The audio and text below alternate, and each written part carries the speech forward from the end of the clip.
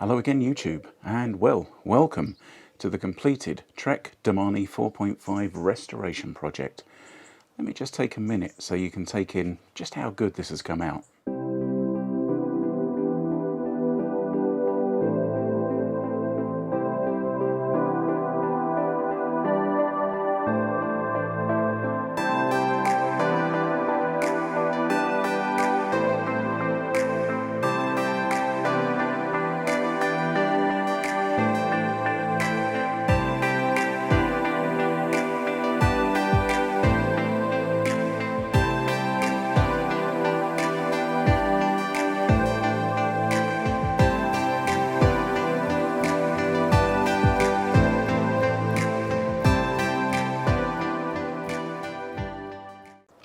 Okay, so it was my intent to do kind of a series of little videos on all the things I was going to do to this. But then I thought to myself, kind of all the mechanical jobs I was going to do to it, none of them were really groundbreaking, you know, they're kind of regular bike maintenance. And I'm kind of making it a standard for myself that I won't put a video on YouTube if there are plenty of other videos telling you how to do that thing. Probably better than I can. I mean, for example, does YouTube really need another bar tape video? And I mean, if you can undo 2 bolts and tighten them back up again, you can replace brake calipers. Probably the most technical part of the restoration was refreshing and repainting the cranks and fitting these chain rings. So I did do a video on those, but again, it's just a nut and bolt job. If yours need doing, just do them. Owing to some bad planning where the old chain got thrown away before I'd sized up the new one, I did have to size up a chain completely fresh out of the box without a reference. But again, even that's easy. There's a fantastic Park Tools video on this, which I'll link in the description, where, is it Calvin? Forget his surname. Their mechanic guy, their guru, talks you through how to size the chain. And it's really actually dead easy. So I think I'm going to be using that method going forward. But again, plenty of good videos on YouTube that show you how to do that. So I wouldn't have been serving you well just doing another video on how to size a chain.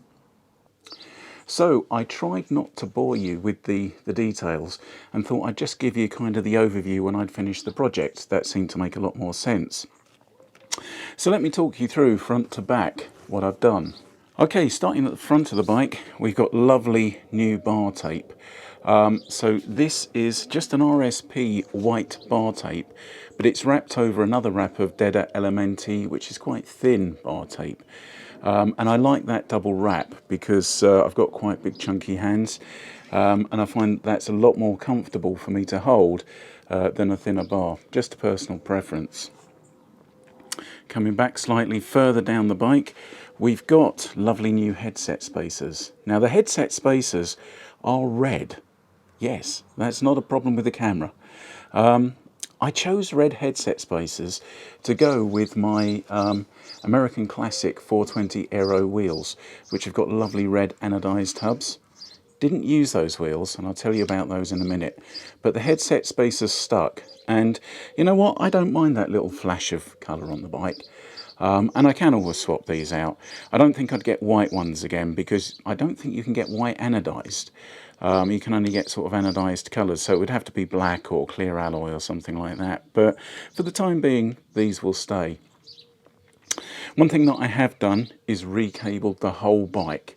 So the bike is now wearing these lovely Jagwire Pro Shift cables, and I really like these. These have got sealed ends on them, so they keep the crap out of the outer cable housing. So that should make them, you know, a little bit longer lasting, and it should preserve the shifting just a little bit better.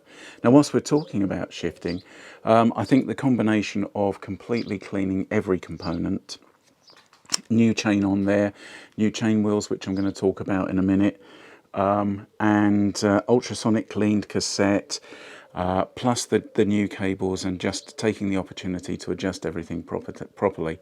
The bike has never shifted so well.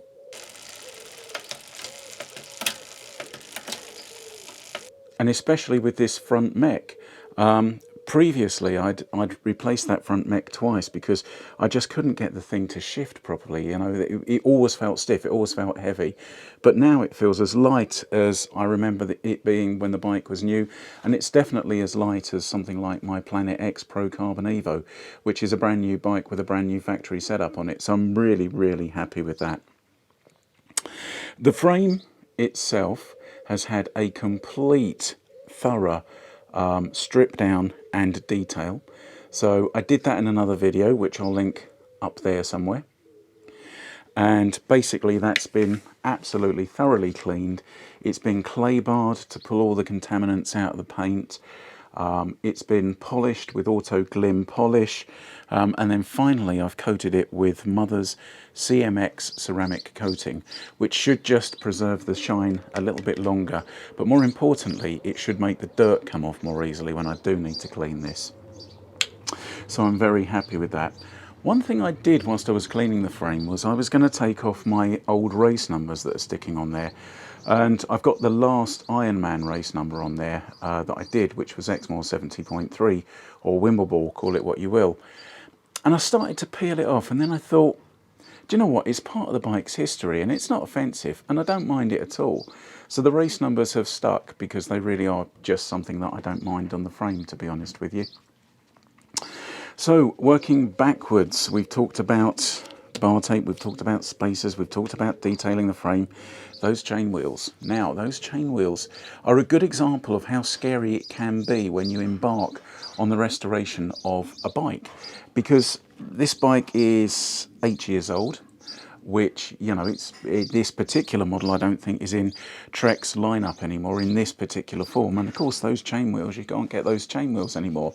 It had, originally it came with Ultegra. I swapped that out to 105 because I don't mind 105, and I don't feel a lot of differences between 105 and Ultegra. I suppose there's a weight difference there somewhere, but does it matter? So anyway, I had 105 chain rings on there. Couldn't get replacement 105 chain rings, and I took that as an opportunity to go for an upgrade with Rotor Q Rings on there. Now I think they are going to get a couple of videos in their own right, because they're different enough that you know, there's not a ton of YouTube videos on those. Well, there's quite a few, but there's not as many as, for example, bar tape. So yeah, I've done one video on those already, and I think I'm going to do a video on those when I do the final road test and shakedown on it, just to see how I get on with them, because I think that will be interesting. So to go with the Q rings, we've got a lovely new KMX chain on there. I went with KMX just because they're just a nice quality component. They shape up, or they stack up just as well in terms of quality with Shimano. So let me talk about brake calipers at this point, because it was my intention to save every bit of the bike that I could, and I had what felt like a half decent set of 105 standard dual pivots on there. I ultrasonically cleaned them, I did what I could to them, and you know what, they just didn't feel right.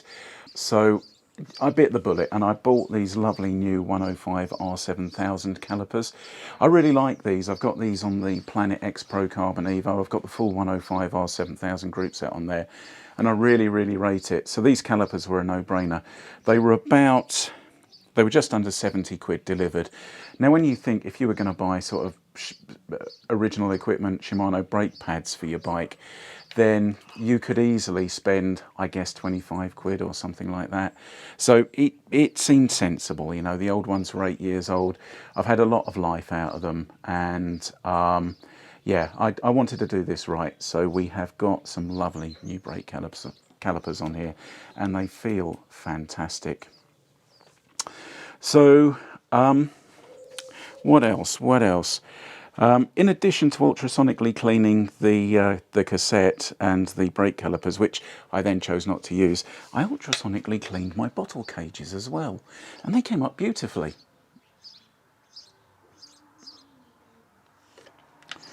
So I guess the last thing I'm going to talk about is the wheels. So the wheel set is the Vision Team 30.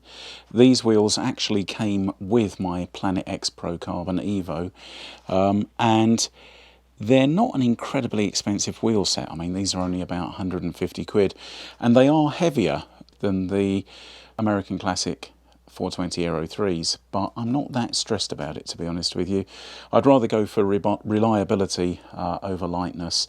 And in any case, there was a fascinating article on GCN the other day about the difference, not that wheel weight makes, and the fact that once you've got a heavier wheel up to speed, it'll act a bit like a flywheel and just keep you rolling better. So yeah, we'll see how those run.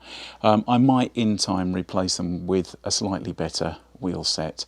I put these on just because I had them, but I'll be honest with you, I actually quite like the look of them.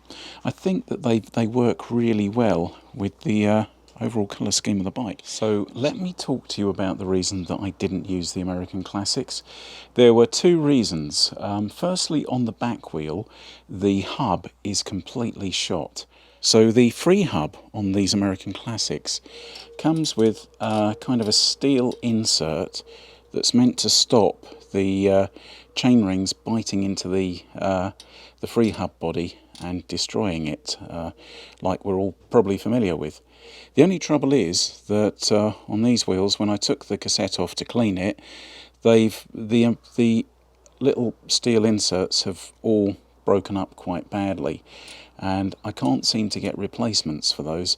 There is quite a bit of marking on the body there where the cassette has started making its way in, where the inserts aren't. You can see here that one of these steel inserts, which would fit here normally, had just completely broken up, so I couldn't get those. Now, I do have a spare free hub body, so considered reusing that. That was until I looked at something else on the wheels. Let me show you this. Okay, so these American Classic wheels come with a wear indicator by the valve hole. You can just see it there, that little dimple. And all the time that there's a dimple there, it means that you've still got braking track to use. And you've still got sufficient material on the rim for the wheel to be considered safe. So at the back, I've still got that little dimple there. Now obviously what wears that away is braking, so I do more braking with the front than I do with the rear, so you know, I was always expecting a little bit more wear on the front. So like I say, still got the little dimple at the back there, but let me show you the front wheel. So here is the front wheel, and as you can see, the wear indicator is completely gone. So I guess some might choose to just ignore that and keep riding the wheel. Personally, I don't feel comfortable doing that. I think that they do put those there. That is a safety consideration. That the wheel at this point, when you think of how much material you've actually lost off the sidewall at this point, you know, I wouldn't feel safe riding this wheel. In any case, it's pretty grooved as well. So these wheels are now 8 years old. They've ridden through all sorts of conditions. I haven't sort of saved them as just summer wheels or anything like that. So I think the time has come to retire them, which is why I've gone with the Team 30s that I've currently got on the bike. For me, I think the hardest part of this restoration was just getting started. It's that moment where you take a bike that seems to be functioning okay, and you know you're going to strip everything off of it. You're going to take every cable off, every mech off, you're going to upset bearings, you're going to upset adjustments, and you're going to have to make it all right again. And you're going to have to hope that it comes out as good at the end as it was at the beginning. And all I can say is, if you're in that situation where you've got a bike like this that is a little bit long in the tooth, especially if it's one that you're like with this one, you know, I'm very emotionally attached to this bike. So if you've got a bike like that and you're thinking it could deserve a little bit of love, give it some love and don't be afraid of it. At the end of the day, it's just nuts and bolts. And that's all it comes down to. Nuts, bolts, bit of patience, and the results are just absolutely fantastic. I didn't ever want this to look like a factory fresh bike when I'd finished with it. I wanted it to look, actually what I wanted was it to feel factory fresh, and it does feel factory fresh. It looks stunning again, but it's kept some of its patina, and that to me is exactly where I wanted to take it. So it took 8 years to get here. It took 8 years to get this level of love lavished upon it. and I think it's going to be good for at least another 8 years after this. So very, very happy. I did go over budget. I'd planned for a couple of £100, and we at least doubled that. And if I'd had to buy that Team 30 wheel set, we'd probably have been just a nudging £500. But then take it in context. You know, when the bike was new, I think with the wheels that it had on it at that time, it was about 2.5 grand, something like that. So 2.5 grand, I've spent what, £500 on it over 8 years. What's that, about 40 quid a year, something like that? That's not bad money, is it really, to keep something like this on the road? But anyway, I hope you enjoyed that, YouTube. The next one on this isn't the end of the series, because obviously I've put the Q Rings on. Now I've got to ride them, find out if I've got my OCP set correctly. If I haven't, then I've got to fiddle around with that. So that'll be interesting. And in any case, it'll be interesting to see how the Q Rings ride in comparison to just standard chain rings. Anyway, I hope you found that interesting. Thanks for watching. Watch out for some of the road testy stuff where I start setting up those Q Rings properly and giving an opinion on what they feel like to ride. But anyway, thanks for watching this one. See you in the next one.